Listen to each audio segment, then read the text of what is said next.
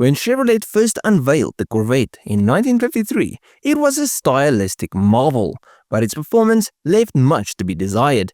By the mid-1950s, General Motors' sports car was on life support, and European competitors were running circles around it, both in public perception and on the racetrack. Enter Zora Arkus-Duntov, a visionary engineer whose determination to give the Corvette a competitive edge laid the foundation for its transformation into America's sports car.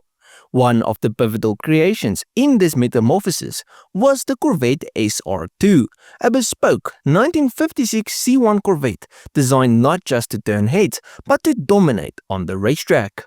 Now, today, the SR-2 is a forgotten gem, eclipsed by later Corvette racing legends. Yet its contributions to the car's legacy remain undeniable. So let me tell you all about it.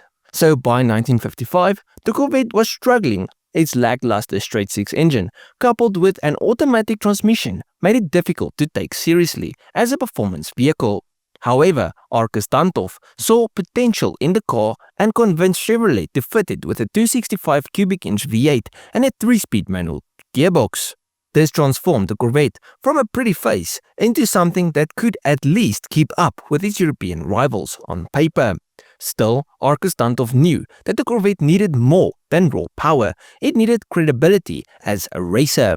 The 1956 Daytona Speed Week marked the Corvette's first major success, where heavily modified versions of the C1 set speed records and claimed victories. Encouraged by these results, Chevrolet greenlit a factory-back effort at the 12 Hours of Sebring. The result, a class win and a top 10 overall finish, proving that the Corvette could hold its own in endurance racing.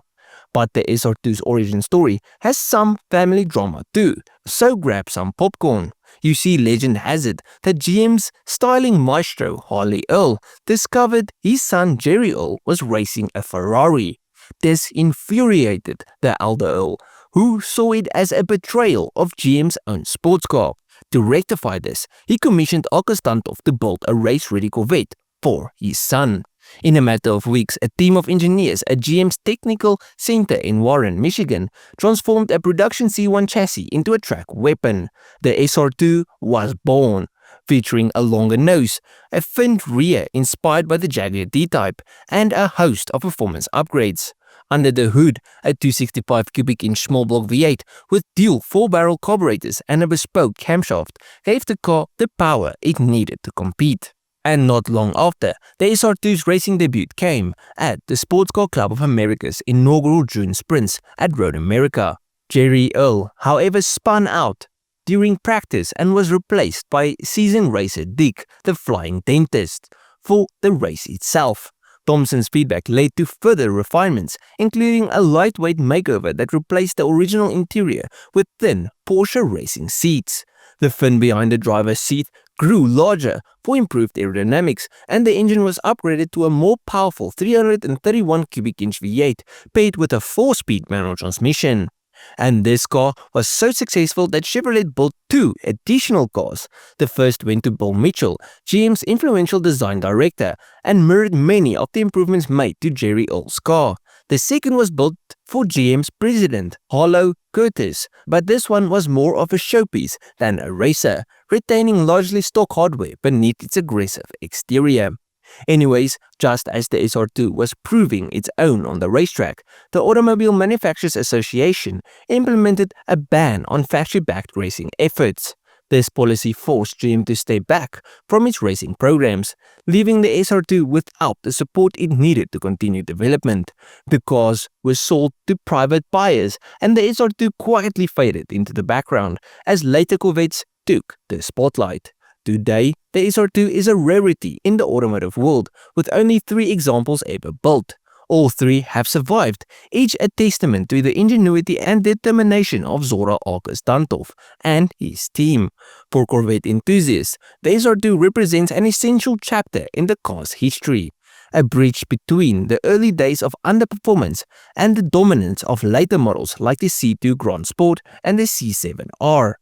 In 2014, the original SR-2 was fully restored and offered for private sale by Corvette Mike of Southern California, with an asking price of And sit down before I tell you, this thing sold for $6.8 million.